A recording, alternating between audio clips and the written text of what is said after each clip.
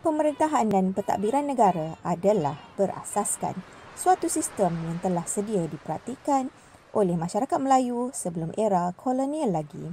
Struktur pentadbiran sebuah kerajaan Melayu dapat dilihat dengan jelas pada zaman pemerintahan Kesultanan Melayu Melaka. Tun Sri Lanang dalam karya agungnya Sulatus Salatin menggambarkan tentang 3 unsur teras yang mendasari pentadbiran kerajaan Melaka, iaitu raja atau sultan, para pembesar dan rakyat. 3 unsur ini bertali erat dan saling memerlukan antara satu sama yang lain.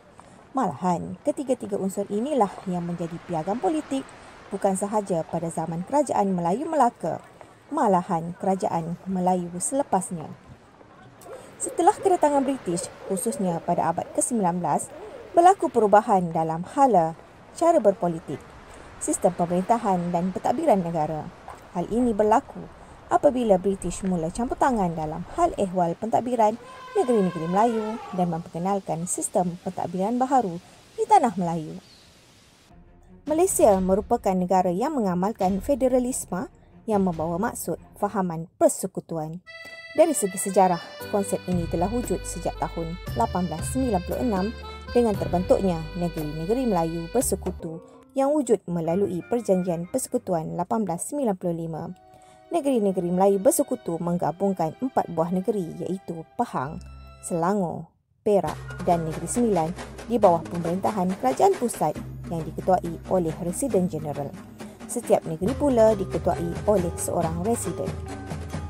Negeri-negeri Melayu bersekutu diwujudkan untuk melicinkan pentadbiran British supaya semua negeri dapat dimajukan sama rata.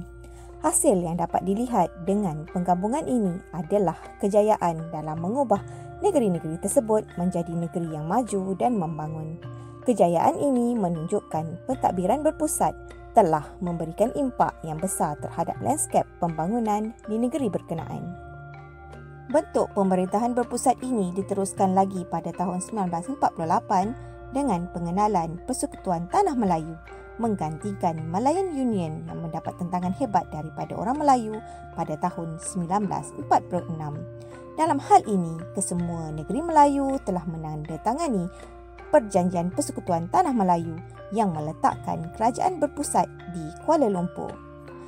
Malaysia terbentuk melalui pergabungan Persekutuan Tanah Melayu, Sabah, Sarawak dan Singapura.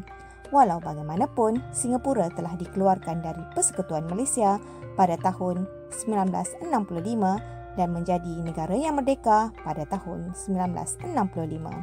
Secara ringkasnya, antara unsur penting yang terkandung dalam sebuah negara federalisme di Malaysia adalah wujudnya kerajaan pusat dan kerajaan negeri yang di-Pertuan Agong, YDPA dan sistem pengasingan kuasa. Demokrasi adalah satu bentuk kerajaan yang berkuasa menggubal undang-undang dan struktur kerajaan yang ditentukan oleh rakyat. Dalam sistem demokrasi, undang-undang yang digubal sama ada oleh rakyat atau melalui perwakilan, iaitu wakil yang dipilih oleh rakyat untuk bersuara di Dewan Rakyat dan Dewan Negara. Sebuah negara atau kerajaan yang mengamalkan sistem demokrasi dipanggil negara atau kerajaan yang demokratik. Ringkasnya, sebuah negara yang melaksanakan sistem demokrasi ialah negara yang memperjuangkan kedaulatan rakyat. Malaysia merupakan sebuah negara yang mengamalkan sistem demokrasi berparlimen. Demokrasi berparlimen membawa maksud pemerintahan yang dijalankan secara perwakilan. Hal ini bermaksud rakyat melibatkan diri dalam sistem pemerintahan negara, manakala raja-raja menjadi lambang taat setia rakyat.